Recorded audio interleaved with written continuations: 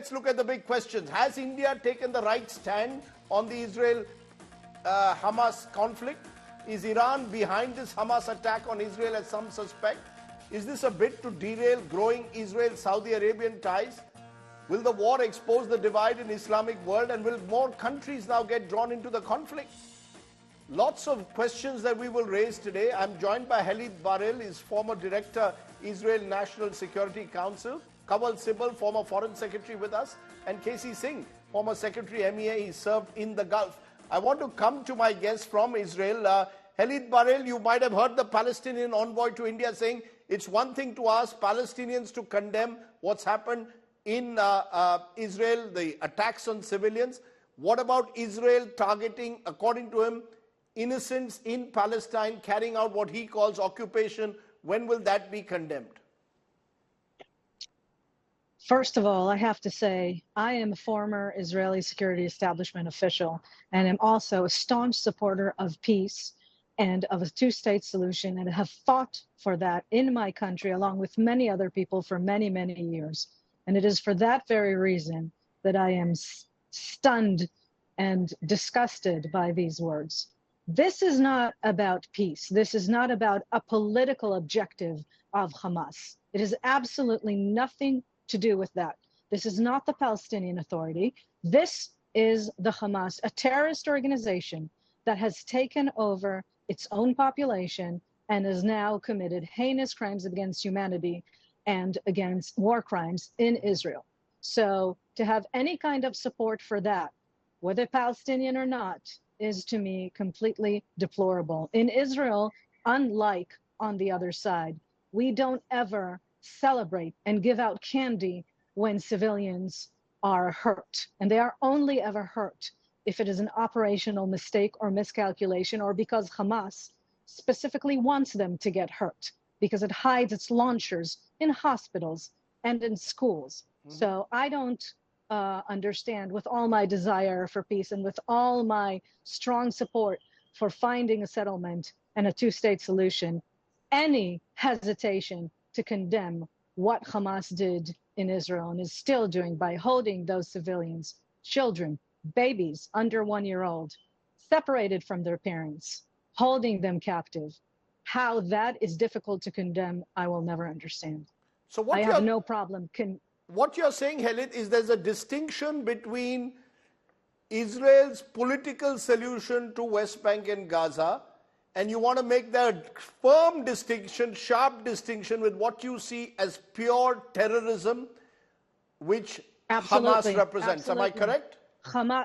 Absolutely. Hamas is nothing but a terrorist organization that has taken over the Gaza Strip and is not only terrorizing its own population, is terrorizing the state of Israel for a long, long time. And it's about time that we, the state of Israel, with the support of the world, put an end to it. We have stood by taking this situation long enough. But is your fear that in the process of this retaliatory strikes, the anger that is there, visible in Israel, given the scale and the audacity of this attack, could lead to more innocent lives being lost and a peaceful solution being even pushed further back?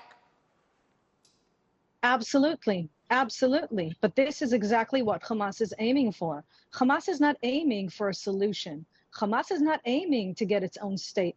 Hamas is not aiming for the independence of the people. Hamas is one of those terrorist groups, no different than ISIS, that wants some sort of ideological fantasy in which all Jews end up in the sea. That's what Hamas wants. That's what they've stated. And that's what we're seeing. So there is no point in setting down parameters for peace negotiations. And trust me, I've been following those for years and supporting them. Not Hamas. Hamas is not the partner. I'll just hold your thought for a moment. I'm joined by a former Indian Foreign Secretary and someone who's also served in the Gulf, two eminent diplomats. To you, Kawal Sibal, first. You're hearing the strong words coming in from Derail. You also heard the Palestinian envoy saying Israel must do more to condemn acts against civilians in Palestinian areas. Can there be a symmetry of any kind between what between these two positions, one of the Palestinians and one of the Israelis? Well, I think you can't draw a parallel between a state and an NGO. I mean, Hamas is evidently a terrorist organization. It has been declared as one. Israel, as a state, has a responsibility to protect its people. It has a responsibility for its security. But the issue is really not there. The issue is, from our point of view, in the immediate context, one of terrorism. And which is why our Prime Minister immediately deplored the attacks on civilians by Hamas. But he didn't name it, but he said that we are shocked by the terrorist attacks and our thoughts and prayers are with the innocent victims, and we stand in solidarity with Israel at this difficult hour. Now, as you know, for us, terrorism is a very, very big issue, very vital issue. And we have, on all platforms in recent years, if you notice, Rajdeep, brought the issue of terrorism on the international agenda, including in the G20.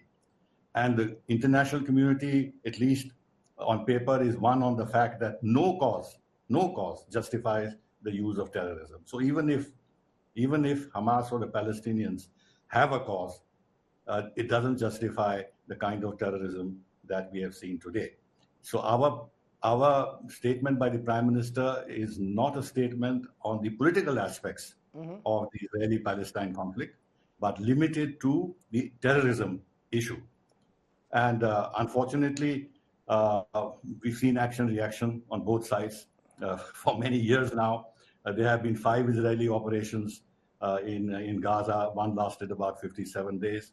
And at the end of it, what has been achieved, you've seen what Hamas has done, which means that whatever Israel has done to safeguard its security and eliminate these terrorists from Gaza has not succeeded, and they've rebounded in such a dramatic way and inflicted such heavy casualties, both to the Israelis themselves and to Israel's prestige, because all of us believe that Israel's security and surveillance systems were excellent, that they would protect their borders extremely efficiently, and we all wanted to learn from how they are doing it.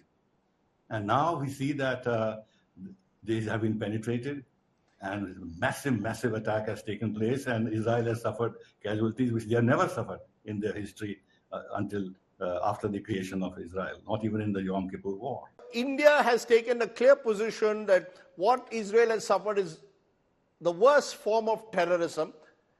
Without naming Hamas, India has made it very clear, unacceptable.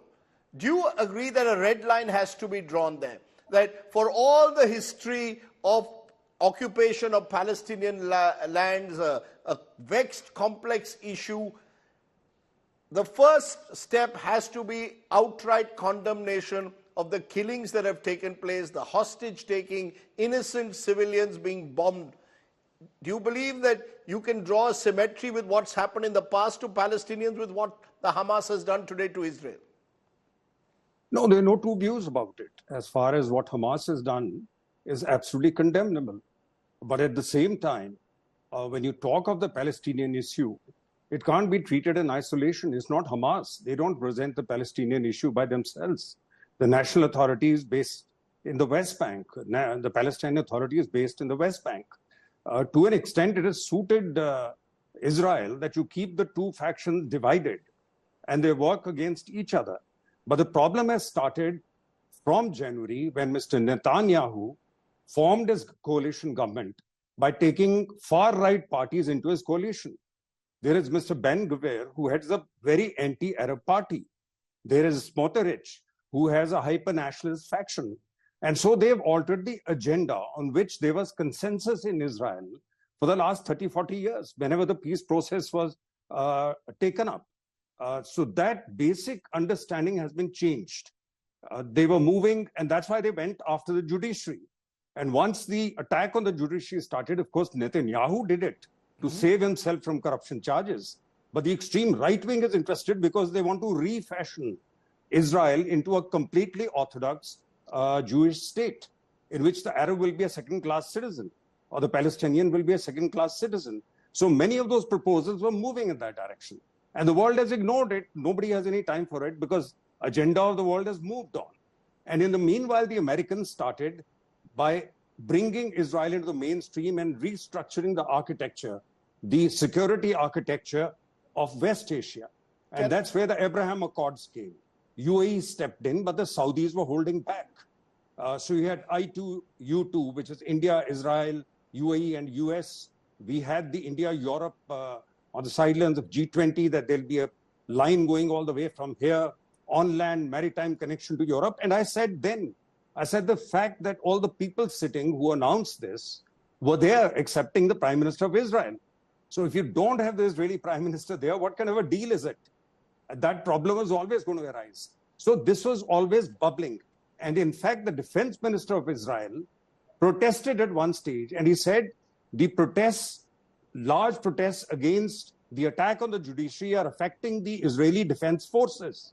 He was made to resign by Netanyahu, and there were more protests, then he took him back. Let me add one more thing. Yes. Just one more thing. Yes. The head of the intelligence told the government that if you don't stop the Israeli settlers from committing acts against the Palestinians, there'll be a reaction. So there's been talk within Israel that we've been really repressive. Let's not do this. Let's not follow this far-right agenda. Can I just take that to Halit Derail? Because I've been reading Thomas Friedman, author of Beirut to Jerusalem in the New York Times. A number of them are questioning Netanyahu's role in terms of his politics of divide and rule, which has been dangerous, according to him and others, for Israel, just as Hamas has been deadly for the average Palestinian people. They don't care. Hamas has done very little for the people of the Palestine, but has used violence as a weapon. Netanyahu is being accused of using an extreme right-wing xenophobic agenda to reduce Palestinians to second-class citizens. Is there enough for Netanyahu to ponder over as well, Halit? First, I really do not accept any equivalence between Netanyahu and Hamas. Having said that, I am not a supporter of Prime Minister Netanyahu. I have been staunchly within the centrist peace camp in this country, and along with many other people who are ex-security establishment, who are ex-combatants, have been out demonstrating precisely because of the things that were said here about the radical nature of the Israeli government and how it is moving us away, unfortunately, from a two-state solution with the Palestinians. But I will repeat and say, this has absolutely nothing to do with the events that's transpired here over the last 2 days. This has nothing to do with the government of Israel. It could have been any other government. I could have been in government. It still would have happened because that's what Hamas is. But is Netanyahu's policy of separating and even sometimes strengthening Hamas at the expense of the Palestinian Authority something that does not serve the Israeli people? Absolutely. So in a sense, you go along with K.C. Singh, who just said, Halit, that this was waiting to happen, that Hamas was itching for a confrontation. You've got other issues bubbling, the possibility of Israel and Saudi Arabia working out some kind of a negotiated agreement. All of this bubbling over, and Hamas, with the possible support of Iran, jumping into, itching for a confrontation that would re-establish their relevance in a way in the Gaza Strip.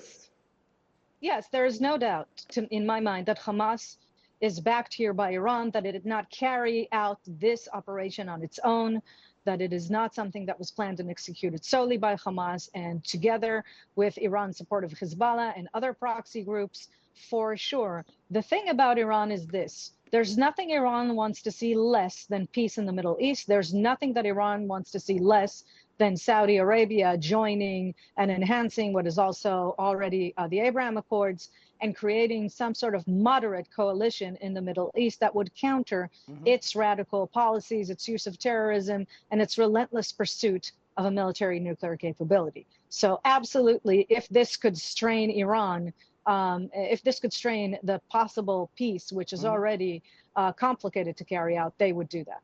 So, K.C. Singh, you've served in Tehran, you know that area well. Do you believe that Iran is effectively the puppeteer, that Hamas is acting on Iran's instructions? Is that possible or likely? I have never served in Tehran. No, I'm sorry, K.C. Singh has. K.C. Singh has. Right. Rajdeep, there are many puppeteers and many puppets, but many of these puppets act on their own.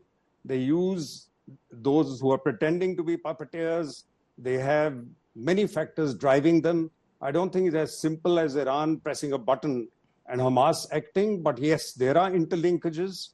There would be weapons transported despite the isolation of the Gaza Strip. And somewhere in the background may also be Russia.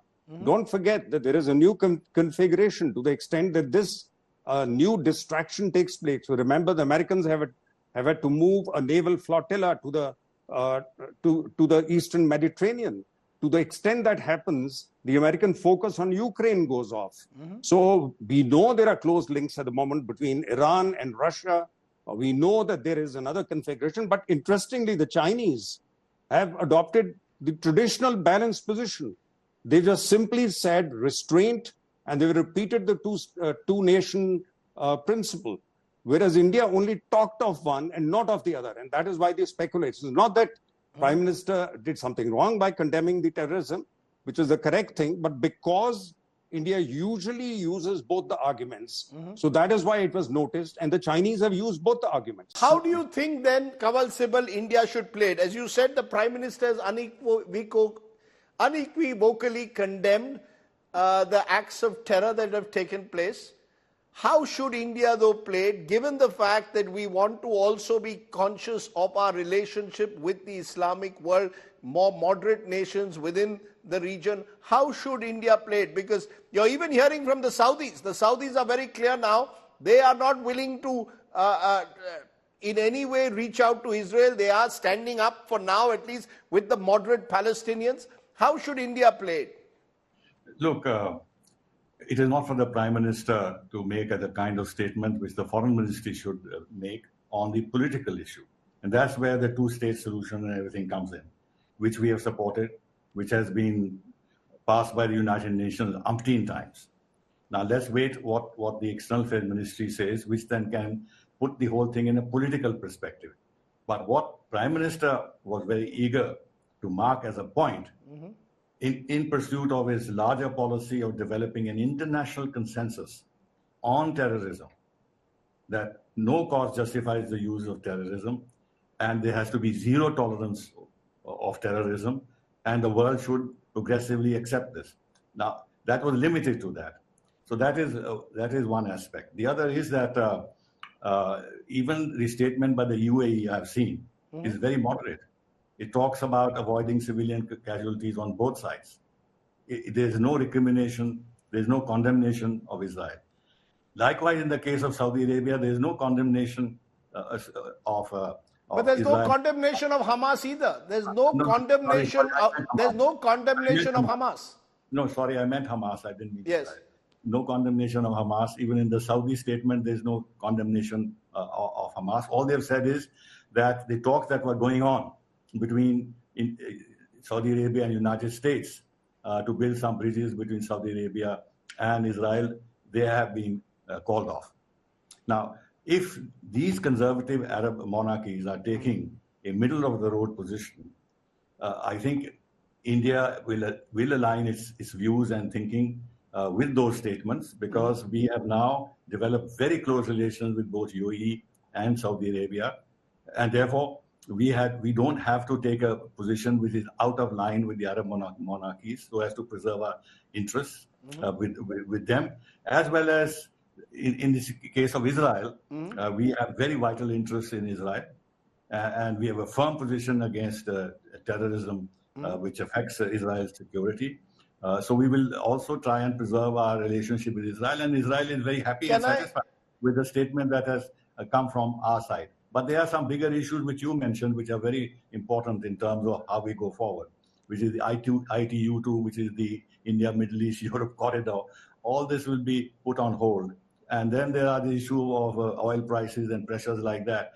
Actually, the whole situation has got terribly disturbed. So and therefore we are looking... stability in the region. We are looking at, therefore, KC Singh, in conclusion, at an extreme complex, complicated situation. There are, this isn't a situation where we can easily navigate by taking a firm stand one way or the other. Is India going to have to, as we did with Ukraine and Russia, have to play a delicate balancing act, or is it very clear that we've got Hamas to be seen as the enemy here and try and establish some kind of a solidarity against any terror group like Hamas using violence to target innocent civilians. Will we be able to, how do we navigate this politically in the months ahead? No, as Mr. Sibal said, I think politically you will have to retain your old position, which is you will have to talk of the two-nation principle, because a solution has to be found. You can't carry on like this. What Hamas has done is terrorism, or whatever you call it. They have put the Palestinian issue back on the global agenda. It's something which had been forgotten. They disrupted everything the Americans were about to do in the region. They've reconfigured many of the equations. And don't forget, the Arab street will get affected by this. An Egyptian policeman has shot 2 Israeli tourists in Egypt. So there is certain anger which will filter through the Arab street. And this will start affecting the rulers, many of the rulers who were thinking, including Emirates. Emirates can take whatever position they want, but I think Saudis have a much larger population and are more sensitive to the Arab street. I think over the next few weeks, depending on how things go in the Gaza Strip, ideally, if Qatar can get an exchange done, if a halt can be called, prisoners can be exchanged, I think then you can start de-escalating. But that is really the ideal situation. I don't think it may be possible. Other than that, the worse the situation gets in Gaza, if the Israeli army has to go in and go house to house, searching for the abducted people and for the leadership of the Hamas, sooner or later you'll see the ripples in the Arab world and the Islamic world. They will not ignore it. You know, those are words which I think need to be taken with great seriousness. It's important to understand in a way that this is a complex issue. It didn't begin this weekend. It has a long and tortured history. At the same time, a red line must be drawn when groups like Hamas use terror to try and respond to what they call is Israel's illegal occupation of their lands. We'll wait and see how this plays out, but clearly this is going to rumble for a long time yet. I appreciate my guests joining me both from Israel as well as here in India. Thank you very much.